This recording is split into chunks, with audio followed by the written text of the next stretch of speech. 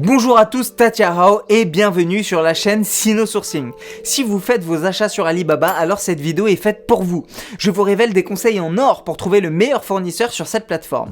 Pour ceux qui ne me connaissent pas, je m'appelle Jean Perry, je travaille pour le groupe Sino en tant que consultant depuis des années. J'ai vécu en Chine et je vis entre l'Asie et la France et j'ai justement créé cette chaîne YouTube pour vous décrypter le sourcing et le transport qu'encore trop d'importateurs négligent. Pourtant c'est là où se trouvent vos marges. Pour tous les importateurs français, européens et même à l'échelle mondiale, tout le monde connaît Alibaba et nombreux utilisent cette plateforme pour trouver leurs fournisseurs. Jack Ma, le patron d'Alibaba, a fait de cette plateforme le mastodonte du sourcing à l'échelle mondiale, où la grande majorité, pour ne pas dire tous les fournisseurs chinois, sont référencés, permettant ainsi aux clients étrangers d'être mis en relation avec eux directement et de faire des affaires. La plateforme est intuitive et facile d'utilisation, mais certains pièges sont à éviter et il s'agit pour vous de vous avertir, il s'agit pour moi de vous avertir des obstacles importants qui peuvent survenir. Donc le but c'est de vous révéler ces quelques astuces pour éviter le pire parce que les cas d'escroquerie sont nombreuses sur Alibaba et beaucoup d'importateurs se sont fait avoir avec parfois de très grosses sommes. Et pour cela je vais mettre mon expérience à votre profit dans cette vidéo pour que vous évitiez ces erreurs lourdes de conséquences. Malgré ces risques, Alibaba reste aujourd'hui la plus grosse plateforme sourcing à l'échelle mondiale où l'on peut trouver le meilleur et le pire. Donc le but c'est de savoir comment utiliser les différentes informations données, comment avoir une meilleure grille de lecture et comment comprendre quelles sont les informations mises à notre disposition. Donc cette plateforme peut être très adaptée aux débutants, qui est assez intuitive. Cette plateforme est intuitive, donc il s'agit vraiment d'une option intéressante où vous pourrez tout à fait identifier un fournisseur, négocier, contrôler vos marchandises et importer vos marchandises en toute sécurité, pourvu que vous soyez un minimum formé. Si vous souhaitez performer en sourcing et devenir un importateur infaillible doté d'une méthodologie digne d'un professionnel du milieu, alors abonnez-vous, cliquez sur la cloche pour être les premiers à informer et surtout restez jusqu'à la fin de la vidéo où je vais vous dévoiler un conseil en or pour vous sécuriser lors de vos relations commerciales avec vos fournisseurs. Donc pour ceux qui importent depuis la Chine et qui se lancent dans les e-commerce, Alibaba reste de loin la meilleure option.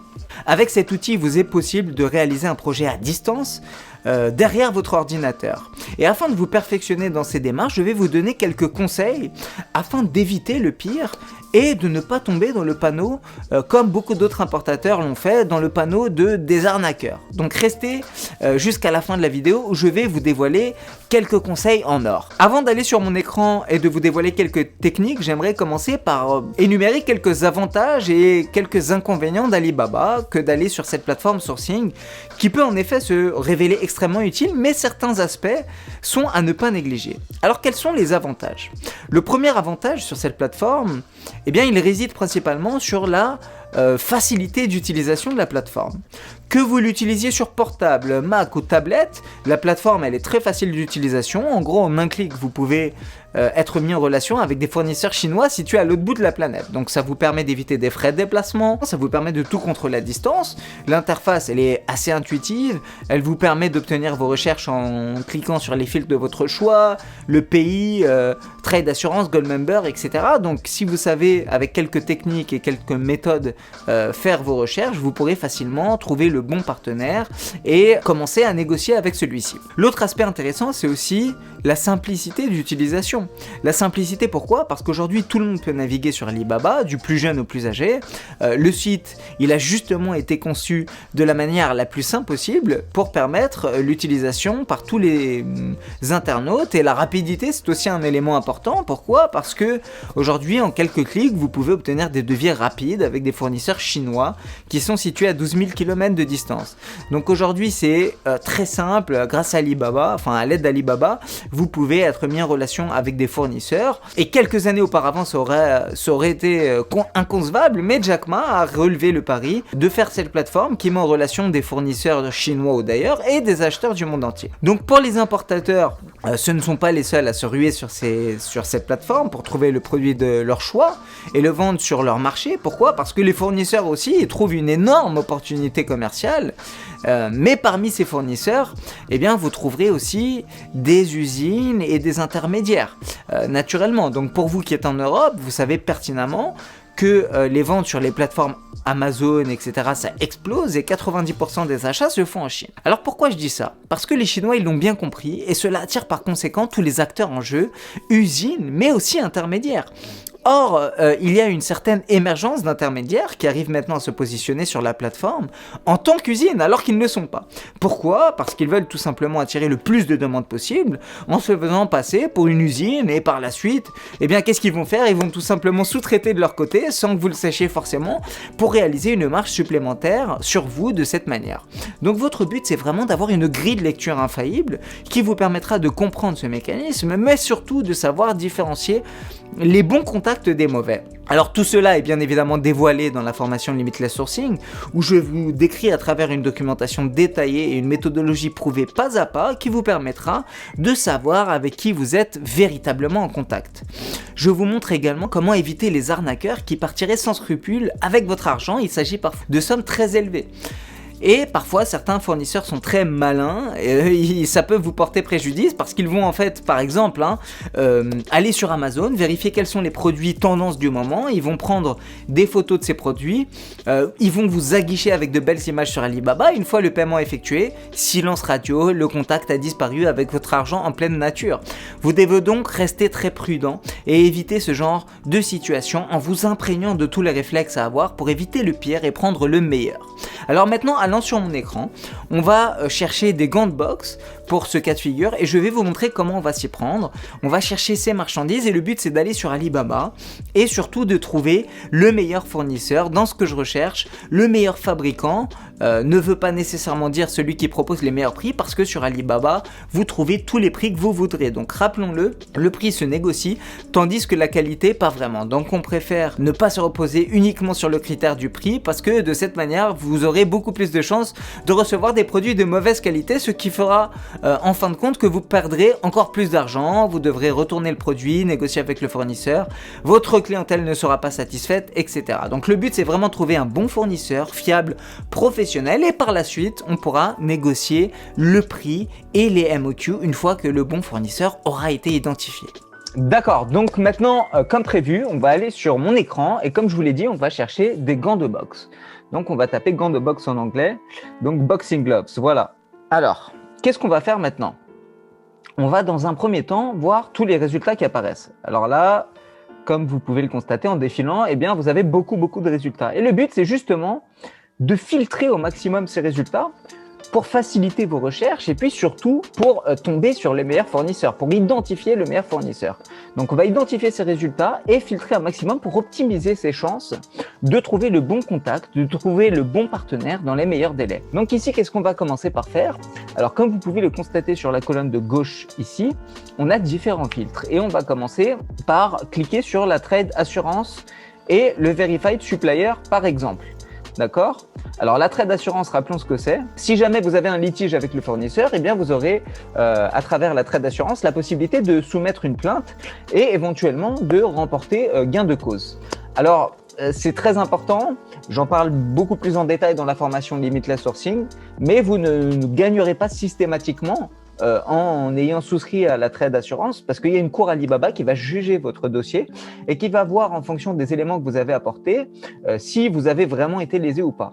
Et justement, pour montrer que vous avez eu raison dans ce dossier, dans ce litige plutôt, eh bien ce que je fais dans la formation, c'est que je vous montre tous les documents nécessaires qui vont vous permettre de vous sécuriser et vous allez faire signer le fournisseur, en fait, ces documents qui vont constituer des preuves évidentes en cas de litige. Donc, tous ces modèles constituent des éléments juridiques si vous avez des litiges avec vos fournisseurs. Alors, vous cliquez donc sur Trade Assurance et Verified Supplier. Donc, Trade Assurance, on vient de le voir. Et Verified Supplier, c'est quoi? C'est un système propre à Alibaba qui va vérifier si le fournisseur est fiable. Donc, ils vont vérifier le nombre d'employés. Ils vont vérifier peut-être le type de machine qui est utilisée, de quelle manière la production est effectuée, etc. Et donc, c'est toujours une sécurité supplémentaire pour vous de cocher sur ces deux cases. Donc, tout cela, par définition, ça va vous permettre de filtrer vos recherches et de diminuer vos résultats en fonction de ces critères de recherche et c'est justement le but que l'on puisse écrémer vos recherches. Voilà. Alors maintenant, ce qu'on va faire, c'est qu'on va aussi cliquer bien évidemment sur China. Bien évidemment, en guise de rappel, Alibaba vous met en contact avec des fournisseurs du monde entier. Donc là, on va cliquer sur la Chine, bien évidemment, pour que vous puissiez être mis en relation avec vos fournisseurs uniquement. Et comme on peut le voir plus bas, vous avez le filtre des normes. Vous voyez, vous avez ici les normes CE, ROHS, etc. Et donc, en fonction de votre marché de prédilection, qui est en Europe en général, c'est très important que vous cochiez ces cases et surtout que vous voyez en fonction des marchandises qui sont importées, quelles sont les normes requises. Et donc là, quand vous avez des marchandises qui sont soumises à certaines normes de l'électronique, etc., n'hésitez pas à cliquer sur ces filtres pour vous permettre eh bien, de trouver des fournisseurs qui sont aptes à fournir toute la documentation requise. Donc, ça peut aller du certificat CE au rapport de test, etc. Et donc, pour cela, eh bien, vous pouvez en profiter et cliquer donc sur les normes et les marchés de prédilection que je vais vous montrer dans un instant. Voilà, alors ce que je vais vous montrer aussi, qui est très important quand même, et on ne va pas oublier ce point essentiel avant de… Donc là, je vous ai montré déjà quelques filtres qu'on pouvait avoir sur la colonne de gauche. Maintenant, il y a une petite astuce que beaucoup, encore une fois, ignorent. Regardez. Là, on a tapé Boxing Gloves, donc j'ai OK, Trade Assurance, Verified Supplier. On est descendu, on a coché sur Chine parce que là, pour le coup, on veut des fournisseurs chinois. Mais si vous voulez des fournisseurs indiens, ah non, j'étais dans la mauvaise section. Voilà. Donc, si vous voulez un fournisseur indien, voilà, vous voyez, vous pouvez trouver un fournisseur indien, il n'y a pas de problème. Donc voilà, ça pour vous montrer que en fonction du pays où vous voulez sourcer, vous pouvez le filtrer ici. Maintenant, voilà, je reviens sur la colonne ici. Donc, vous voyez, au tout début, j'ai tapé Boxing Gloves, d'accord? Donc, gants de boxe en anglais. J'ai cliqué sur les quelques filtres ici. Mais ce que j'ai pas fait encore, regardez bien la différence que ça va faire. Là, j'ai tapé sur produit.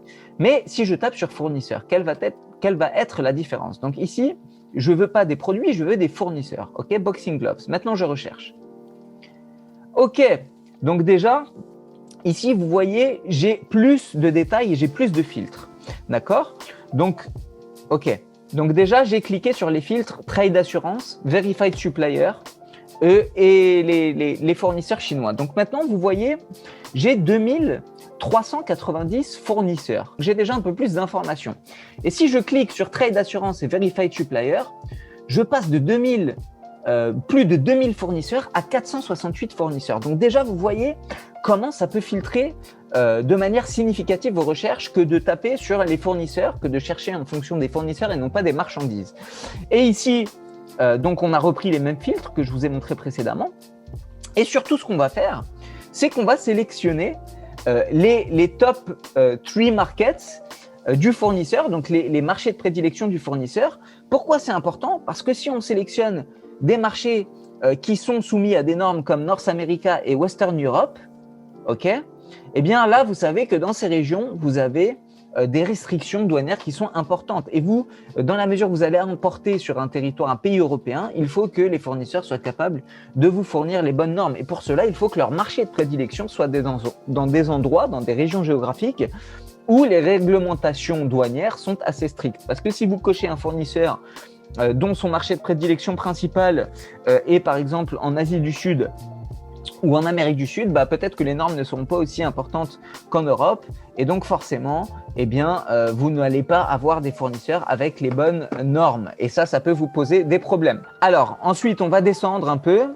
Donc ici, vous avez toutes les normes, vous voyez, on l'a vu précédemment. OEM, ODM, c'est Original Equipment Manufacturer, Original Design Manufacturer, donc ça, c'est pas très important. Vous avez aussi le nombre d'employés. Alors ça, bon, c'est important, mais on va plus se pencher sur l'ancienneté de l'usine que plutôt sur le nombre d'employés. Donc vous voyez que déjà en filtrant tout ça, vous avez fait un premier pas formidable et vous avez vu qu'en filtrant vos recherches, les résultats sont modifiés et vous tomberez sur des fournisseurs qui seront déjà peut-être un peu plus qualifiés. Alors j'en profite pour faire une pause. Si le contenu de cette vidéo vous plaît, n'hésitez pas à vous abonner si ce n'est pas encore fait, à liker, à cliquer sur la cloche, tout ça c'est gratuit et surtout n'hésitez pas à commenter, je me ferai un plaisir de répondre à toutes vos questions. Voilà, alors revenons-en à nos moutons.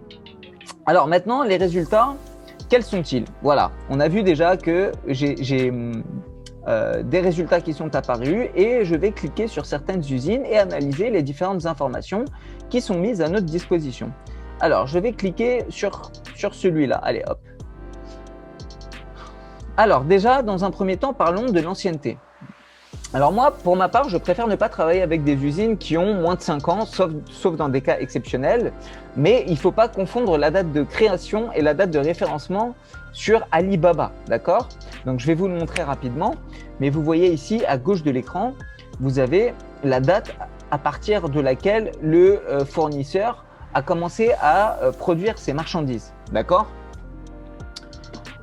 Donc ça fait 10 ans qu'il propose ses produits ici, ok? Donc c'est un Verified Supplier, il a la trade assurance, ses marchés de prédilection, c'est Domestic Market à 84%, l'Europe 3%, l'Amérique 3%. Bah ça c'est pas très bon parce que dans le cas où bien sûr vous allez importer des marchandises qui sont soumises à des normes, eh bien il faut que son marché de prédilection soit pas la Chine principalement, d'accord?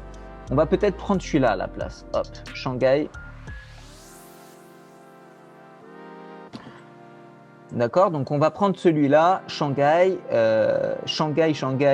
comment il s'appelle?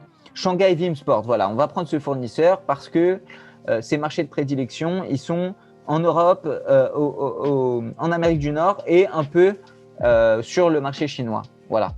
Donc, ce fournisseur, il a plus de 5 ans. Et pourquoi c'est important, selon moi, d'attacher de l'importance? Pourquoi? Parce que le business Amazon, en fait, il explose depuis seulement quelques années. C'est quelque chose de relativement nouveau, le e-commerce, même si ça existe depuis un certain temps, mais ça se démocratise depuis un certain temps. Et pourquoi je dis ça? Bah, si vous travaillez avec un fournisseur sur Alibaba qui est référencé depuis peu de temps, on va dire moins de 5 ans, eh bien, parfois, ça peut être des gens malhonnêtes qui vont profiter de votre naïveté pour faire plus d'argent sur votre dos. Donc, moi, je préfère travailler avec une entreprise dont l'ancienneté est de 5 à 10 ans, on va dire. Ça va confirmer en fait qu'ils ont un minimum de connaissances de leur secteur d'activité et ça va aussi témoigner de leur expérience dans le domaine. Et en général, les fournisseurs malhonnêtes, ils durent pas si longtemps. Et en plus de ça, comme on vient de le voir, ils peuvent profiter de tout l'engouement qu'il y a autour du e-commerce pour se ruer sur des plateformes comme Alibaba et attirer des gens un peu naïfs, des importateurs un peu naïfs. Alors, on va voir aussi un autre élément qui va vous permettre d'avoir une autre grille de lecture, c'est, comment dirais-je, les transactions. Voilà. Alors, maintenant, on va passer la souris sur le niveau de transaction.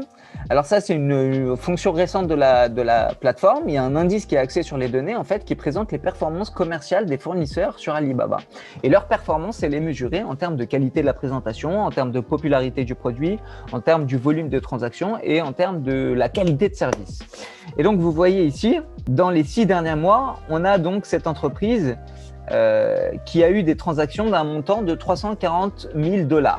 D'accord? Donc, c'est important, mais c'est pas toujours très révélateur parce qu'il y a certains importateurs qui font des achats, des transactions en dehors de la plateforme Alibaba. D'accord? Alors maintenant, on va analyser un peu plus en détail l'entreprise et on va surtout analyser le catalogue de produits. Pourquoi? Parce qu'on va voir si leur production concerne le même type de produit, ce qui sous-entendrait que le fournisseur, il a un certain degré de spécialisation, ce qui est un gage de qualité pour vous. Pourquoi? Parce que s'il produit les mêmes types de marchandises, c'est qu'il est bien spécialisé dans un secteur d'activité en particulier et qu'il ne va pas fournir différents types de produits et le cas échéant, s'il fournit différents types de produits, eh bien, il n'aura pas une connaissance très approfondie de chaque type de produit. Donc, comme on l'a vu précédemment, il y a une multitude d'intermédiaires sur Alibaba et justement, ce que vous souhaitez, c'est contourner ces fournisseurs ou du moins comprendre, contourner ces intermédiaires, du moins comprendre qui est votre fournisseur, donc une usine ou un intermédiaire. Donc, justement, je vous invite à regarder les produits de sorte à voir si leurs produits, leur production, ça concerne le même secteur d'activité. Donc ici, on peut voir, voilà, on a pas mal quand même d'objets de sport, fitness items, strength training, boxing products, speed training. Ok, donc là, on peut voir que le fournisseur, il propose principalement des marchandises qui sont liées au sport.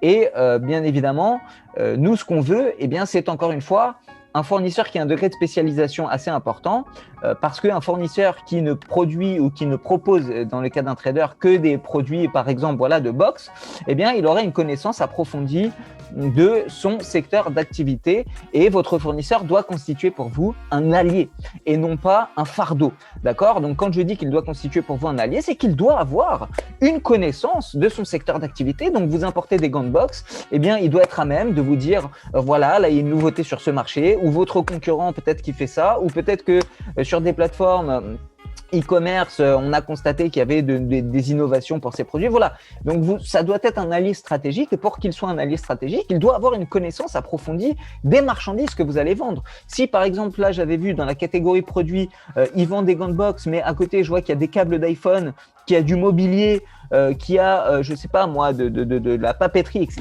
Bah là, on va se dire, ok, le fournisseur, il a beau vendre des gants de boxe. Déjà, c'est pas une usine parce que il vend différents produits. Donc, c'est un trader, c'est un grossiste qui propose différentes catégories de produits. À la limite, le statut de grossiste, moi, ça me dérange pas.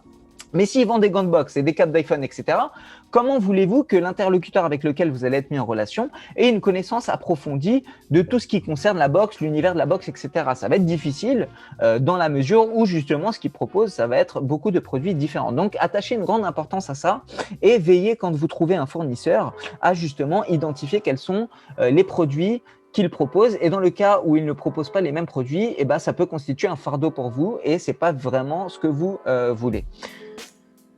Alors, vous voyez là par exemple, on avait un autre fournisseur que j'avais identifié. Regardez. Alors là, voilà, c'est l'exemple parfait. Regardez, j'avais trouvé un autre fournisseur sur lequel j'avais cliqué. Regardez ce qu'il propose ici. LED, il propose des LED, mais il propose aussi des fitness, des produits de fitness. Moi, ça m'intéresse pas, ça. Je préfère un fournisseur qui propose les mêmes produits, vous voyez ? Bon, on va retourner sur l'autre fournisseur. Donc, on va analyser ce fournisseur un peu plus en détail. Alors, comme je l'ai dit dans une précédente vidéo, le nom commercial en Chine, le nom de l'entreprise, eh bien, en général, il porte le nom de la ville ou le nom de la région de production. Et c'est vrai que dans le nom des entreprises chinoises, on doit avoir ces indications. Alors, moi, pourquoi je dis ça ? Parce que je privilégie les fournisseurs qui sont dans les principales régions de production chinoises. On l'a vu dans une précédente vidéo, vous avez le Zhejiang et le Guangdong. D'accord ? Donc, si vous cliquez sur un fournisseur qui semble vous plaire, donc là, j'ai cliqué sur celui-là, là, on a Shanghai. Shanghai, c'est à côté du Zhejiang ou dans le Zhejiang, si je ne dis pas de bêtises. D'accord ? Donc, on sait que ça concerne un fournisseur qui est dans une des principales régions de production. Attendez, on va vérifier quand même. Shanghai, Zhejiang, mais je suis quasiment sûr que c'est dans le Zhejiang ou c'est juste en dessous. Non, vous voyez, c'est juste à côté. Voilà. Mais en gros, voilà, c'est important de voir que le fournisseur, il fait partie des principales régions de production chinoises parce que ça va être révélateur certainement. Et en plus de ça, ça va nous permettre de voir si il est à côté d'un port. Sa location va vous permettre de voir où se situe le port le plus proche, ou bien l'aéroport, ou bien la station, en fonction du mode de transport que vous allez privilégier. Pourquoi c'est important de voir ça ? On l'a vu dans une précédente vidéo, j'ai évoqué cette question rapidement, mais ça va nous permettre, bien évidemment, en fonction de l'incoterm et en fonction du mode de transport, ça va vous permettre de voir si le point de départ sera proche de la location de l'usine, dans la mesure où ça va avoir un impact important sur votre structure de prix. Donc, si vous expédiez par voie maritime, rappelez-vous d'un élément très important aussi, c'est la différence entre les main ports et les ports secondaires. Et ça aussi, je vous en ai parlé dans une autre vidéo. Donc là, Shanghai, c'est un port principal, mais en gros, si un fournisseur vous propose un départ depuis un port secondaire, ça peut avoir un impact assez important sur votre coût de revient. Donc ça, c'est une notion qui est aussi importante à prendre en compte. OK ? Alors maintenant, qu'est-ce qu'on va faire ? On va cliquer sur la partie contact ici. Alors, vous voyez, ici, ce qui est intéressant, c'est qu'on a l'adresse du fournisseur. Alors, si l'adresse, elle est dans un building, vous allez comprendre que là, il s'agit d'un trader. Mais si l'adresse est dans une zone industrielle, vous allez comprendre que c'est une usine. Et ça, justement, je vous invite à travers la formation Limitless Sourcing à analyser ce point beaucoup plus en profondeur avec une série de questions pièges, etc. Et à travers notamment le RFQ qui vous est proposé en modèle dans la formation pour poser des questions pièges et comprendre un peu qui est votre fournisseur, un trader ou une usine. Alors, il n'y a pas de désavantage à travailler avec un trader. Il y a des avantages et des inconvénients à travailler avec un trader et à travailler avec une usine, tout dépend de votre taille, d'accord ? Mais là, pourquoi je parle de ce point ? Parce que, comme on vient de le voir, c'est important de voir où se trouve le fournisseur. Donc là, il se trouve à Shanghai. Et justement, quand vous savez que votre fournisseur, il est à Shanghai, vous savez que vous êtes à côté du port principal. Donc ça, c'est important. Pensez bien à analyser ce point. Et pensez surtout par la suite, une fois que vous avez analysé tous ces détails, à contacter le fournisseur qui vous plaît. Donc ici, vous pouvez voir en bas de page, vous avez Send message to supplier. Donc vous pouvez envoyer un message ici au fournisseur et surtout rappelez-vous de l'importance de la première prise de contact. C'est un point absolument décisif sur lequel j'insiste particulièrement dans Limitless Sourcing. Alors, pourquoi c'est un point décisif? Parce que le fournisseur, dès votre première prise de contact, il va voir quel type de profil vous êtes, quel type d'importateur vous êtes. Et c'est très important de parfaire sa première prise de contact. Pourquoi? Parce que c'est le fournisseur qui va vous choisir. C'est pas vous qui allez choisir le fournisseur. Et justement, pour parfaire votre première prise de contact, je vous dévoile toute la méthodologie ainsi que les modèles de documents qui sont utilisés par les sourceurs professionnels, de sorte à ce que les fournisseurs les plus sérieux se battent pour travailler avec vous. Et justement, c'est tout ce que je vous dévoile dans Limitless Sourcing pour ceux qui veulent aller plus loin, qui veulent se perfectionner dans le domaine du sourcing, d'accord? Donc, quand vous en êtes à ce niveau, eh bien, il suffit de copier-coller le mail type et vous pouvez aussi joindre le RFQ. Alors ici, c'est pas proposé, voilà, ici Add Attachment. Et donc, vous allez faire un mail type avec le RFQ, donc le document Excel, et vous allez surtout imposer une date butoir. Pourquoi? Parce que votre fournisseur doit vous répondre dans les délais escomptés. Vous voulez travailler avec des fournisseurs qui sont rapides et réactifs et non pas avec des personnes qui vous ralentissent dans vos projets. Voilà. Donc, je voulais simplement vous faire cette vidéo pour vous montrer un peu les différentes grilles de lecture qu'on peut avoir sur Alibaba. Vous voyez qu'on a une multitude d'éléments qui sont mis à nos dispositions. Encore faut-il savoir les utiliser à bon escient. Encore faut-il savoir utiliser cette plateforme à bon escient. Vous avez une multitude d'éléments qui sont mis à votre disposition, mais il faut savoir les comprendre, analyser chacune de ces informations et comprendre déjà avec les informations mises à disposition par Alibaba, eh bien, quelle est l'usine ou le trader avec lequel on est en contact. Donc, on l'a vu. Déjà, en faisant vos recherches, vous avez différents filtres. Il est préférable que vous cliquiez sur Supplier plutôt que Products parce que ça va filtrer plus votre recherche. Une fois que vous avez fait ça, vous cliquez sur Trade d'assurance et Verified Supplier. Ensuite, vous avez ici différents résultats qui vont être affichés. Vous avez le niveau de transaction qu'on a vu. Vous avez le Top 3 Markets, donc c'est très important. On l'a vu précédemment que quand vous cliquez sur des marchés de prédilection en particulier, ça va sortir dans les résultats et c'est très important. Pourquoi? Parce que si vous importez des produits qui sont normés, eh bien, votre fournisseur doit être à même de vous fournir toute la liasse documentaire requise.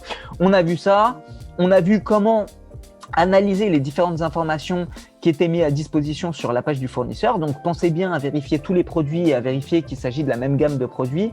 Pensez aussi à voir un peu qui est le fournisseur, les détails de l'entreprise. Vous pouvez scruter le profil comme ça, par exemple en allant sur Company Overview. On l'a vu dans une précédente vidéo, mais vous avez différentes informations, le nombre d'employés, vous avez donc la région, vous avez un peu plus bas normalement, vous avez vous avez les certificats. Donc ici, bon, on n'en a pas vraiment parce que c'est des gants de boxe, c'est peut-être pas soumis aux normes, mais vous avez les certificats pour les produits électroniques, vous avez les marchés de prédilection, le pourcentage, etc. Donc voilà, tout ça pour vous montrer que Alibaba vous donne pas mal d'informations. C'est à vous aussi de savoir l'utiliser à bon escient, c'est à vous de savoir comprendre ces informations, comprendre ces filtres, et puis choisir en fonction de tout cela les fournisseurs qui vous semblent les plus sérieux. Et quand vous avez trouvé des contacts qui vous semblent professionnels, eh bien, il suffit de les contacter, de joindre à votre prise de contact un mail type avec une multitude d'informations qui sont à mentionner, que je détaille plus en détail dans la formation Limitless Sourcing, ainsi que d'attacher le RFQ sous forme de document Excel. Ça aussi, c'est un document qui vous est proposé dans la formation. Voilà. Donc maintenant, comme promis, pour terminer cette vidéo, je vais vous donner 3 conseils en or qui vont vous permettre de vous protéger, de vous sécuriser un maximum. Donc, on va passer à ce dernier point avant de conclure cette vidéo. Voilà, j'espère que cette vidéo vous a plu. Alors, comme promis, je vais vous dévoiler un conseil pour vos démarches à venir avec la Chine. On pose souvent des questions relatives aux copies en Chine et concernant la protection intellectuelle. Effectivement, il y a certains fournisseurs, pas tous, mais il en existe tout de même assez, qui n'hésitent pas à piquer vos idées et à commercialiser vos produits avant même que vos marchandises ne soient produites. Quoi de plus frustrant que de développer un projet et de voir son fournisseur, qui devrait être en temps normal son allié, devenir son concurrent. Alors pour ça, il y a plusieurs choses à faire. Il y a plusieurs niveaux de protection, je dirais. Alors la première chose, c'est que si vous développez un produit unique, vous pouvez avant tout vous protéger sur votre marché et déposer un brevet. C'est important de le faire parce qu'il n'y a pas que les fournisseurs qui sont vos concurrents, mais il y a aussi d'autres vendeurs Amazon par exemple. Un concurrent Amazon, lui, il n'aura aucune difficulté à commander votre produit sur votre boutique Amazon par exemple, l'envoyer à une usine en Chine et demander à cette même usine de reproduire le même produit, d'où l'importance de déposer un brevet sur votre marché si c'est nécessaire. Il est donc important de protéger votre modèle, votre concept en déposant un brevet. Le deuxième point, c'est que pour éviter les copies, il faut insister sur l'innovation et les perpétuelles améliorations de votre produit. Donc de cette manière, vous aurez toujours une longueur d'avance sur votre concurrence qui ne seront pas productifs comme vous, mais qui se contenteront, je vais dire, de vous copier. Et je vais en profiter pour vous donner ma mentalité sur la question. C'est que la copie, en fait, renforce le modèle dominant. Donc si on vous copie, qu'est-ce que ça veut dire ? C'est pas si mauvais signe que ça. Ça veut dire que vous avez un bon produit, mais pour éviter cela, il faut bien sûr que vous soyez en perpétuelle amélioration. Vous devez continuer de penser à l'amélioration de votre produit. Et quand je dis que la copie renforce le modèle dominant, ça veut dire quoi ? Par exemple, regardez les copies de luxe, Gucci, etc. Ça fait que de renforcer leur notoriété. Donc c'est pour ça que je vous dis que ma vision des choses, en tout cas, c'est la copie renforce le modèle dominant. Et le troisième point, c'est de faire signer un triple N. Le contrat triple N, c'est beaucoup mieux qu'un NDA, du moins pour la Chine. Pourquoi ? Donc en fait, c'est un accord de non-divulgation, de non-utilisation et de non-conservation des informations qui doit être rédigé en anglais et en chinois pour qu'il soit effectif. Alors pour cela, je vous ai préparé un module spécialement dédié à votre propriété intellectuelle pour justement vous apporter un modèle de document que vous pourrez utiliser dans le cadre de votre projet. Donc afin que cela constitue un véritable élément juridique en Chine, il faudra le faire signer et tamponner par votre fournisseur. Donc ce document, il est détaillé beaucoup plus en détail dans la formation Limitless Sourcing et je vous propose même une alternative. Si jamais le fournisseur refuse de signer ce triple N, je vous donne en bonus un mutual triple N qui représentera une alternative optimale pour le fournisseur qui n'aurait pas voulu signer le triple N, ce qui peut arriver. Voilà, donc j'en dis pas plus à ce sujet, je réserve le reste aux adhérents de la formation Limitless Sourcing. Donc si vous voulez vous perfectionner votre approche pour sourcer en Chine, vous pouvez remplir le formulaire sur la page de vente que vous trouverez dans la description de la vidéo et nous pourrons confirmer votre éligibilité. Donc ce programme, il est fait pour les débutants ou les plus confirmés qui souhaitent se perfectionner dans leur sourcing avec la Chine. Alibaba, c'est une mine d'or pour ceux qui savent s'en servir à bon escient. Donc devenez cette élite de l'import-export, devenez l'entreprise de référence sur votre marché et surtout n'oubliez pas de vous abonner, de cliquer sur la cloche pour être informé en temps voulu des prochaines vidéos et n'hésitez pas à liker et à commenter, je suis ravi de répondre à chacune de vos questions. Je vous remercie encore pour votre temps, pour votre attention, pour votre fidélité et je vous dis à très bientôt pour une prochaine vidéo. 再见